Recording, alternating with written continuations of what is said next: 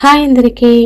సుష్టుగా భోంచేసి వీధి అరుగు మీద కూర్చున్న కాంతాన్ని చూసి అటుగా వెళుతున్న పెళ్ళిళ్ళ పేరయ్య, అమ్మో ఈ కాంతం గుమ్మల్లోనే కూర్చుంది, ఇప్పుడెలా?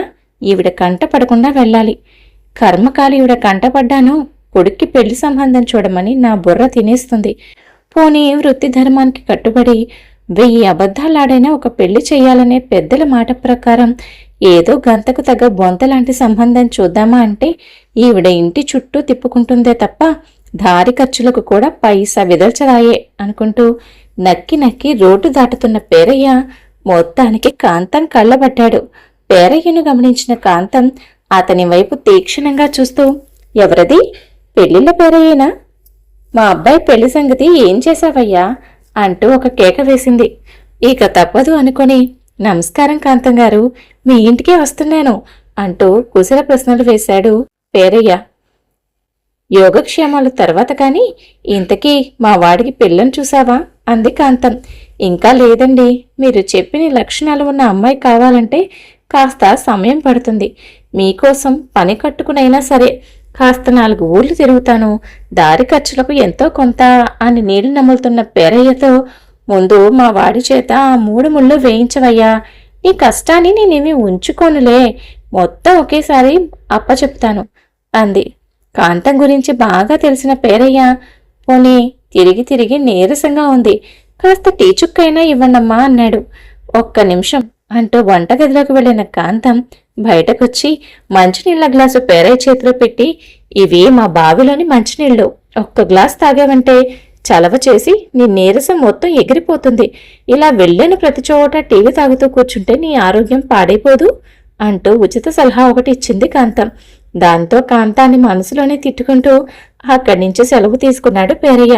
కాంతానికి ఒక్కడే కొడుకు సుందరం. సుందరానికి 6 ఏళ్ల వయసున్నప్పుడు కాంతం భర్త పొలంలో ట్రాక్టర్ తిరగబడి ప్రమాదవశాత్తు మరణించాడు.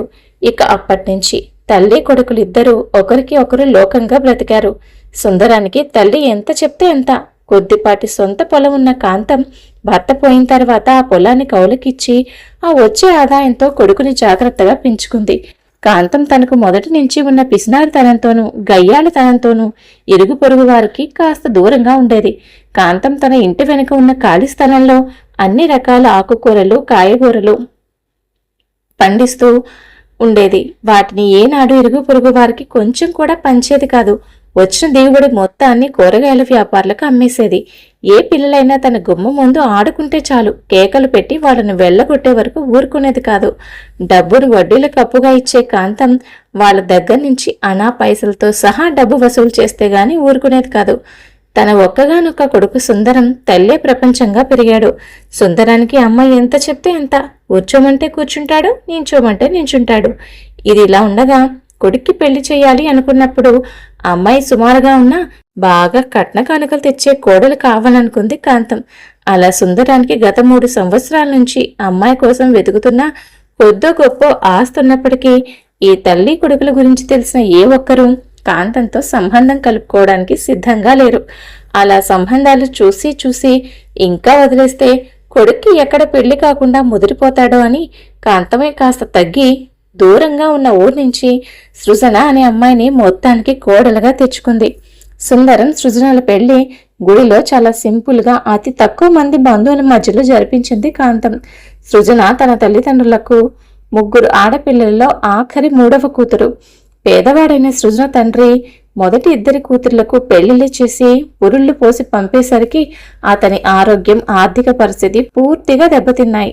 దాంతో చిన్న కూతురైన సృజనకు కట్న కానుకలు ఇచ్చి పెళ్లి జరిపించలేక కొద్దిగా ఆస్తి ఉన్న సంబంధం కదా, అమ్మాయి సుఖపడుతుంది అనే దాంతో సుందరంతో సృజన పెళ్లి జరిపించాడు తండ్రి. సృజన చిన్నతనం నుంచి తన తోడ పుట్టిన వారితోనూ బంధువులతోనూ ఇరుగు పొరుగు వారితోనూ చాలా కలుపుగోలుగా కడవిడిగా కలిసిమెలిసి పెరిగిన పిల్ల. అత్తారింట్లో ఎంతో సంతోషంగా జీవితాన్ని గడపాలని కోటి ఆశలతో భర్త వేలు పట్టుకుని మెట్టినింట్లో అడుగుపెట్టింది. కానీ తను ఊహించుకున్న దానికి భిన్నంగా అంతా తలక్రిందులుగా ఉంది అత్తారింట్లో. కాంతం చీటికి మాటికి సృజనను కసురుకుంటూ ఇంటి పని మొత్తం కోడలతోనే చేయించేది. కోడలతో ఏమాత్రం మంచిగా ఉన్నా కొడుకుని ఎక్కడ కొంగును ముడేసుకుంటుందో అనే దాంతో సృజనను మొదటి నుంచి తిడుతూనే ఉండేది కాంతం. పెరట్లో అన్ని రకాల కూరగాయలు ఆకుకూరలు పండినా ప్రతిరోజు తనకి కొడుక్కి సరిపడా మాత్రమే కూర వండించేది. సృజనకు ప్రతిరోజు అడుగు పొడుగు మిగిలిన అన్నం గంచి మాత్రమే మిగిలేవి. కాంతం పండిన కూరగాయలను పువ్వులను వ్యాపారులకు అమ్మేసేది. సందు దొరికినప్పుడల్లా కాంతం కోడల్ని ఆడిపోసుకుంటూ వాళ్ళ పుట్టింటి వాళ్ళ ఆర్థిక స్థితిని వెక్కిరిస్తూ ఆమె మనసును గాయపరిచేది. సృజన వేరే దారి లేక అన్నింటినీ ఓర్పుతూ భరిస్తూ వచ్చేది. తన మనసులోని బాధను చెప్పుకుందామంటే భర్త తల్లి గీసిన గీతను దాటడని కాపురానికి వచ్చిన కొత్తలోనే సృజనకు తెలిసొచ్చింది. కనీసం ఇరుగు పొరుగు వారితోనైనా మాట్లాడి తన మనసు తేలిక చేసుకుందామా అంటే కాంతం నోటికి జడిసి ఎవరు సృజనను పలకరించేవారు కూడా కాదు. తన ఎదురుగా ఇంత జరుగుతున్నా భార్య బాధ తెలుస్తున్నా సుందరం మాత్రం తల్లికి ఎదురు చెప్పలేక చోద్యం చూస్తూ ఉండేవాడు. ఇలా రోజులు గడుస్తూ ఉండగా కాంతం ఒకరోజు తన బంధువుల ఇంటికి పెళ్లికని 4 రోజుల కోసం కొడుకుని వెంటబెట్టుకుని బయలుదేరింది. పెరట్లో కాసిన కూరగాయలన్నీ కోసి జాగ్రత్త చేయమని, తను వచ్చిన తర్వాత వాటిని బజారుకు పంపుతానని, వాటిలో ఒక్కటి తగ్గినా కూడా తనకు తెలిసిపోతుందని, ఇల్లు జాగ్రత్తని మరీ మరీ ఎన్నో జాగ్రత్తలు చెప్పి వెళ్ళింది కాంతం. పెళ్ళైన దగ్గర నుంచి నోరు కట్టుకుని కడుపు మార్చుకుని ఉన్న సృజన మంచి అవకాశం దొరకడంతో పెరట్లో తాజాగా నవనవలాడే బీరకాయలు బెండకాయలు చిక్కుళ్ళని ఎప్పటికప్పుడు కోసుకుని ఆ 4 రోజులు 3 పూటలా తనకు నచ్చినట్టుగా వండుకుని తృప్తిగా భోంచేసింది. కలుపుగోలు మనిషి అయిన సృజన అత్తగారు లేకపోవడంతో చుట్టుపక్కల వారితో పరిచయం పెంచుకుని వారితో స్నేహం చేసింది. పెళ్లి కార్యక్రమం పూర్తి కావడంతో తల్లి కొడుకులు ఇద్దరు 4వ రోజు రాత్రికి ఇంటికి చేరారు. ఇంటికి వచ్చి రాగానే ఇల్లంతా పరిశీలించుకుని కూరగాయలు చూసుకున్న కాంతం విషయం కనిపెట్టి కోడల మీద పూనకం వచ్చిన దానిలాగా ఊగిపోతూ, ఒరేయ్, నీ పెళ్ళాం ఇప్పుడు కూరగాయల దొంగతనం చేసింది, రేపొద్దున ఇంకేం దొంగతనం చేస్తుందో, ఇంటి దొంగని ఈశ్వరుడైనా పట్టలేడని ఇలాంటి దొంగ బుద్ధి ఉన్నదాన్ని ఇంట్లో ఉంచుకోవడం ప్రమాదమని సృజన ఎంత తనను మన్నించమని బ్రతిమలాడినా కాంతం మాత్రం కొంచెం కూడా తగ్గకుండా రాత్రి సమయం అని కూడా చూడకుండా కోడల్ని ఊరి చివరన వదిలేసి రమ్మని కొడుకుతో చెప్పింది. తల్లి మాటకు ఎదురు చెప్పలేని సుందరం భార్యను చీకట్లో ఊరి చివరన విడిచిపెట్టి బాధగా ఇంటి దారి పట్టాడు. చిమ్మ చీకటిలో ఒంటరిగా దిక్కుతోచని స్థితిలో బాధగా కూర్చుంది సృజన. అంతలో ఉన్నట్టుండి వర్షం పడడంతో ఎక్కడ తలదాచుకోవాలా అని చుట్టూ చూసింది. దూరంగా శిథిలావస్థలో ఉన్న గుడి కనపడడంతో పరుగున దానిలోకి వెళ్లి తలదాచుకుంది. ఇప్పుడున్న పరిస్థితుల్లో తను ఒంటరిగా పుట్టింటికి వెళ్లి వాళ్ళకి భారం కాదలుచుకోలేదు. ఎలాగైనా సరే తన అత్తగారు భర్త మనసులను మార్చి తన కాపురాన్ని ఒక దారిన పెట్టుకునే అవకాశం కల్పించమని అమ్మవారిని వేడుకుంది. కొంతసేపటికి దూరంగా ఎవరో మనుషుల అడుగుల చప్పుడు మాటలు వినబడ్డాయి. దాంతో భయంతో అమ్మవారి విగ్రహం వెనుక దాకుంది. కొంతసేపటికి ఓ 2 దొంగలు తాము దోచుకున్న నగలు డబ్బుతో గుడి ప్రాంగణంలోకి వచ్చి అక్కడ వాటాల కోసం నేనెక్కువ కష్టపడ్డాను అంటూ నాకు పెద్ద వాటా ఉండాలి అంటూ నేనంటే నేనని వాదులాడుకోవడం మొదలుపెట్టారు. హఠాత్తుగా ఏదో ఆలోచన తట్టిన సృజన తన స్వరం కాస్త మంచి, మరి నా వాటా ఎదురా, తప్పు చేసి నా ముందే వాటాల కోసం వాదులాడుకుంటారా, ఎంతకు తెగించారా, మీ రక్తం తాగుతాను జాగ్రత్త అంది. అంతే. ఆ మాటలు విన్న దొంగలు ఇద్దరికి పై ప్రాణాలు పైనే పోయాయి. నిజంగా అమ్మవారే మాట్లాడిందనుకుని హడిలిపోయి ఆ నగలన్నీ అక్కడే వదిలేసి పాపం ఒకటే పరుగు. కాసేపటికి బయటకు వచ్చిన సృజన అమ్మవారికి నమస్కారం చేసుకుని ఆ నగలను తీసుకుంది. తెల్లవారుతుండగా ఆ నగలన్నీ వేసుకుని నేరుగా ఇంటికి వచ్చి తలుపు కొట్టింది. తలుపు తీసిన కాంతం ఒంటి నిండా నగలతో మిలమిలా మెరిసిపోతున్న కోడల్ని చూసి ఆశ్చర్యపోతూ, ఒసే కోడలి పిల్ల, నువ్వేనా? ఇది నిజంగా నువ్వేనా అంది. అవునండి, నేనే, మీ కోడలు సృజనని అంటూ అత్తగారితో ఏం చెప్పాలో ముందే ఆలోచించుకుంది సృజన.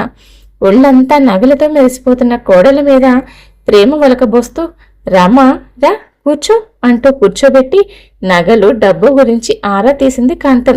నేను రాత్రి పాడుబడిన గుడిలో నిద్రపోతున్నప్పుడు ఒక పెద్ద ముత్తైదో వచ్చి ఇన్ని రోజులు పేదరికంతో నేను అనుభవించిన కష్టాలకు కానుకగా నాకు ఈ మూట ఇచ్చింది.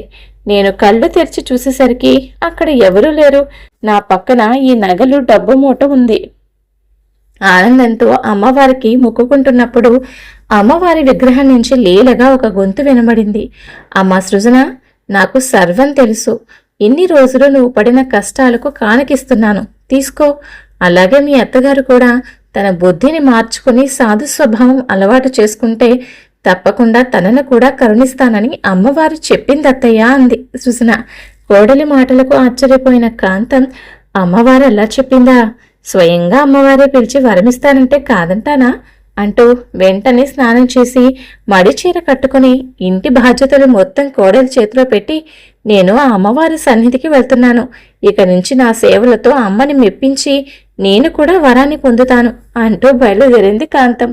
అలా గుడిలో అమ్మవారికి దీపం పెడుతూ నిత్యం దైవనామస్మరణతో జీవనం ప్రారంభించింది కాంతం. అత్తగారి పోరు లేకపోవడంతో భర్తను మెల్లగా మార్చుకుంటూ కొన్ని నగలు నమ్మి భర్తతో ఒక కిరాణా దుకాణం పెట్టించింది సృజన. చుట్టుపక్కల ఊర్లలో కిరాణా దుకాణం లేకపోవడం వల్ల సుందరం వ్యాపారం మంచి లాభదాయకంగా సాగుతుంది.